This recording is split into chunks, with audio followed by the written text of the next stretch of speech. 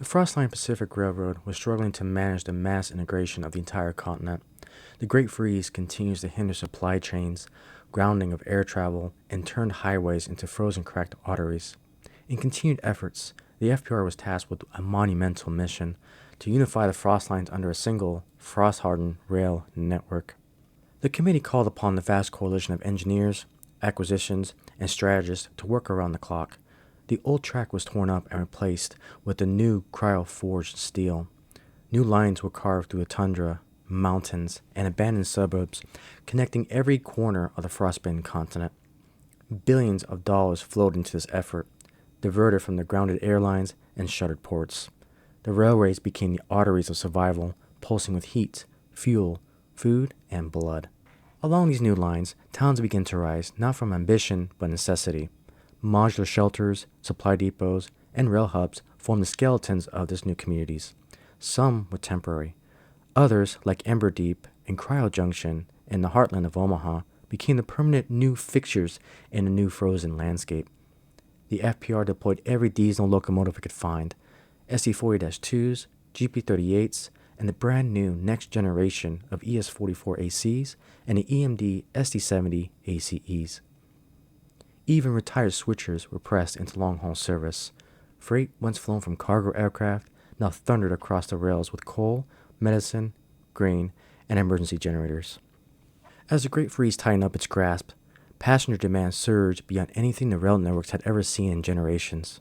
Families driven from their homes by ice-choked suburbs and collapsing infrastructure sought shelter in relative warmth of concrete high-rises and repurposed civic buildings.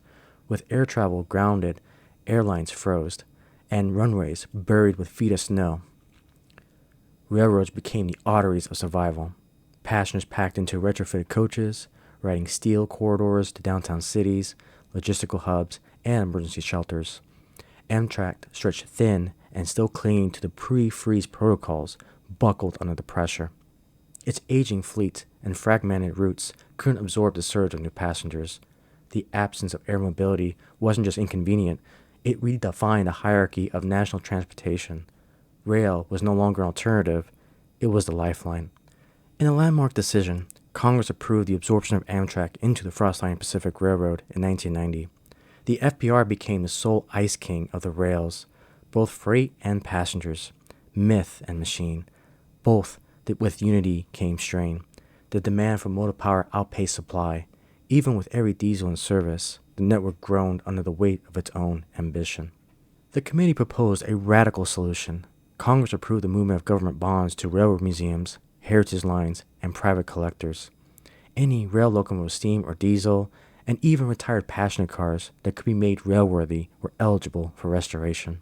Across the continent, restoration crews fired up torches and boilers. Volunteers worked through blizzards to unearth buried engines. Museum engines retrofitted old workhorses with brand new cryo-ready internals and survival gear. Heritage diesels re-emerged from retirement and soon began hauling emergency cargo across snowbound terrain.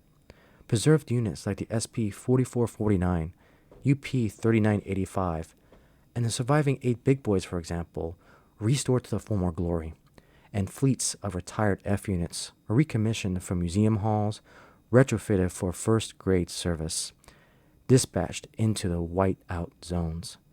On the east coast of the Central Frost Line, the 611 reigned on the mainline operations, showcasing her title as the Queen of Steam. Shays, Climaxes, and Heislers were shipped to brand new narrow-gauge lines to help starving remote cities.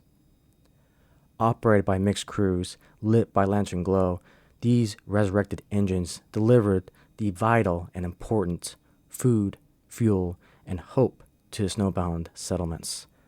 Thus was born the new FPR division, only called as the Fires of the Forgotten. Thank you so much for watching this video. Again, feel free to like, comment down below, and subscribe to the Mythical Railway. Also, you can support the channel at subscribestar/RayronVR to become a Dragon Star. Again, thank you guys so much for watching, and I'll see you in the next video.